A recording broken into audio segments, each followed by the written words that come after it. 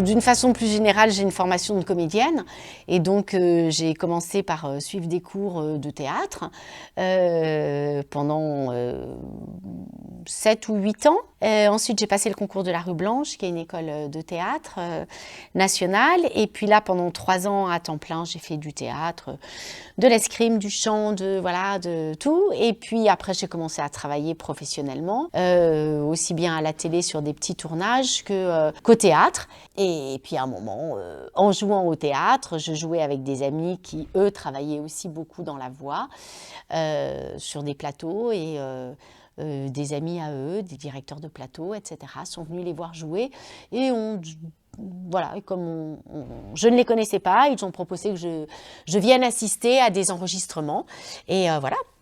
Et l'aventure a commencé comme ça, un peu par hasard, et elle a continué par envie. Voilà. Allez, on y va carrément, allez, que tout le monde rentre dans le champ. Voilà, ouais, super, c'est génial. Et alors toi, comment tu as commencé à être comédien alors? Enfin, je peux aussi prendre ta place. Ou alors, mais viens aussi à ma place, comme ça, on va faire. Élargir le cadre, voilà, et comme ça, on va voir. Allez, Clément, viens sur mes genoux, Clément. Allez, viens sur mes genoux. Et ben voilà, c'est super. On est bien là. Eh ben, Nicolas, allez, enfin. Voilà. Alors, allez, on continue notre voilà. comme ça. Donc en fait, on fait des études hyper sérieuses pour après déconner tout le temps, c'est ça en gros. C'est exactement voilà. Ça, oui. Et ça fait du bien, c'est pas mal. Donc voilà, bref. Voilà. Et comme quoi, voilà, quand on voit à la fois les super projets sur lesquels j'ai eu la chance de travailler et puis les super ambiances à des conventions, on se dit que c'est bien, que c'est chouette d'avoir continué et persévéré dans cette branche-là. Mais la voix, ça n'est qu'une branche du métier de comédien, hein. On est bien d'accord, il y a plein d'autres branches.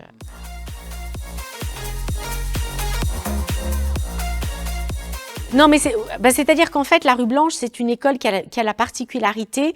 En fait, il y a quand même un apprentissage qui est relativement complet du comédien. C'est-à-dire, voilà, c'est normal de faire de l'escrime, de l'escrime de théâtre. C'est normal d'avoir des cours corporels, un petit peu de mime, un petit peu. C'est quand même avoir un éventail le plus large possible. Maintenant, je ne suis pas spécialiste en chant, même si j'ai un peu chanté au théâtre et que j'ai chanté avec des coachs pour des petits dessins animés. Je ne suis pas une chanteuse. Voilà, je ne maîtrise pas suffisamment ma voix chantée pour faire quelque chose dans lequel je me sente très à l'aise. J'ai fait un peu effectivement d'escrime, mais d'escrime théâtrale, parce que c'est pas du tout la même chose que de l'escrime de combat, par exemple. Voilà, ça faisait partie de l'apprentissage. Mais ce qui était incroyable aussi dans cette école, et qui existe toujours, c'est qu'il y avait aussi des techniciens, donc des ingé son, des ingé lumière, qui avaient des scénographes, qui avaient des costumiers, des habilleurs, costumières évidemment, habilleurs, hein, féminin, masculin.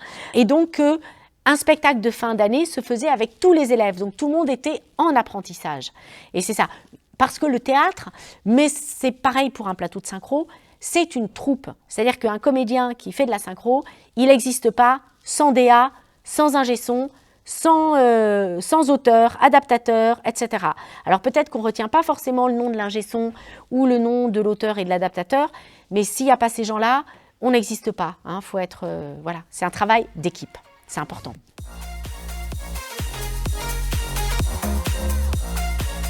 En fait, j'en sais rien. Quelquefois, on nous appelle, on ne sait même pas pourquoi on nous appelle. C'est-à-dire qu'on nous dit, voilà, je suis sur une série, il y a un perso pour toi, qui peut être un guest, un personnage qui paraît peut-être pas très important en termes de temps à l'écran, mais qui va avoir des scènes super intéressantes à faire. C'est l'envie d'avoir l'impression de vivre un petit bout de vie parallèle, d'être à un moment un petit garçon ou une maman, je sais pas, qui perd son enfant ou à qui il arrive un truc incroyable, ou d'être un personnage exubérant, voilà, que je ne suis pas dans la vie. Moi, j'ai une vie lambda et je suis quelqu'un de très lambda. Et voilà, mais tout d'un coup, de se projeter grâce aux émotions d'un personnage, d'essayer de les restituer vocalement et de les faire passer, c'est assez magique. Et ce qui peut être magique ou intéressant, c'est aussi après quand on rencontre les gens, nous on est un peu dans l'ombre, hein, rencontrer des gens lors des conventions parce qu'il y a un truc qui va les avoir touchés, un truc particulier, qui est peut-être pas grand-chose, hein, qui est un tout petit truc, mais qui aura parlé à leur sensibilité et qui aura été importante pour eux. Et voilà, c'est tous ces petits détails et c'est toutes ces petites choses-là qui sont, qui sont prenantes, quoi, qui sont émouvantes.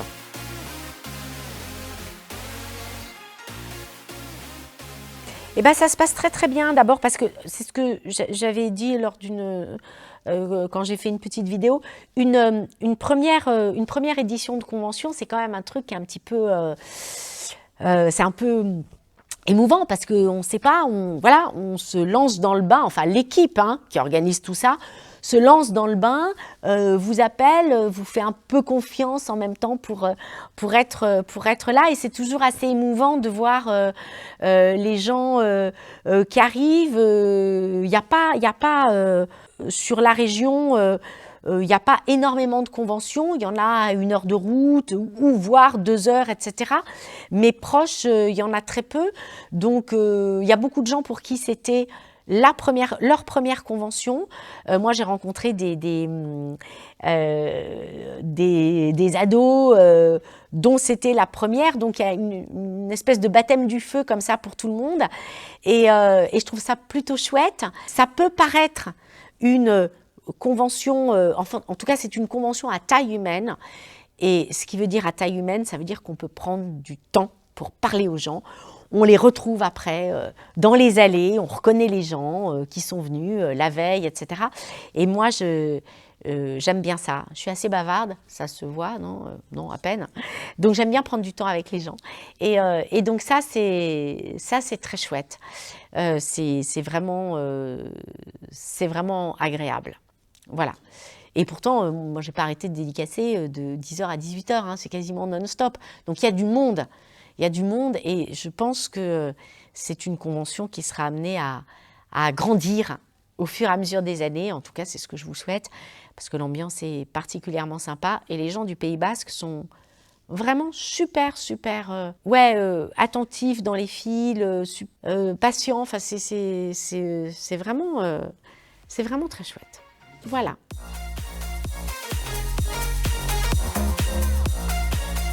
Alors voilà pourquoi je fais c'est parce que nous avons des contrats de confidentialité. Donc que ce soit pour des jeux, que ce soit pour des séries, que ce soit même pour du livre audio, parce que j'adore faire du livre audio, que ce soit à partir du moment où le produit a été par exemple enregistré, mais n'est pas sorti, on ne peut pas en parler. Donc oui, il y a des choses, j'ai 2-3 séries qui vont sortir avec des rôles chouettes, très différents dans le temps, etc. Des choses qui peuvent être peut-être plus historiques que d'autres qui sont plus contemporaines. Il y a un jeu vidéo qui est, dont j'attends la sortie avec impatience, sur lequel j'ai fait pas un rôle très bavard, mais un rôle qui est assez intéressant, pas iconique, mais assez, en tout cas que des spectateurs connaissent bien.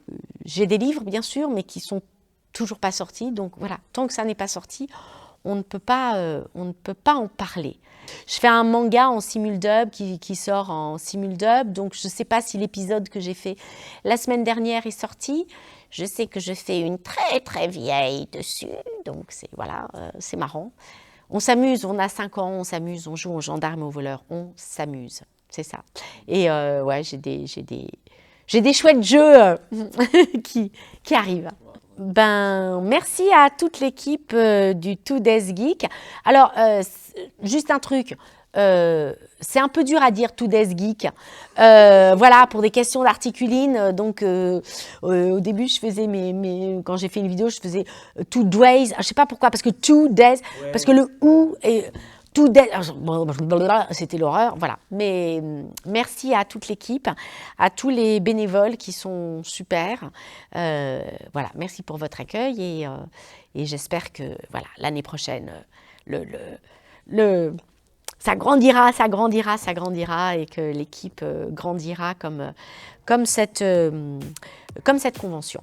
C'est tout le mal que je vous souhaite. Et merci pour votre accueil. Salut tout le monde!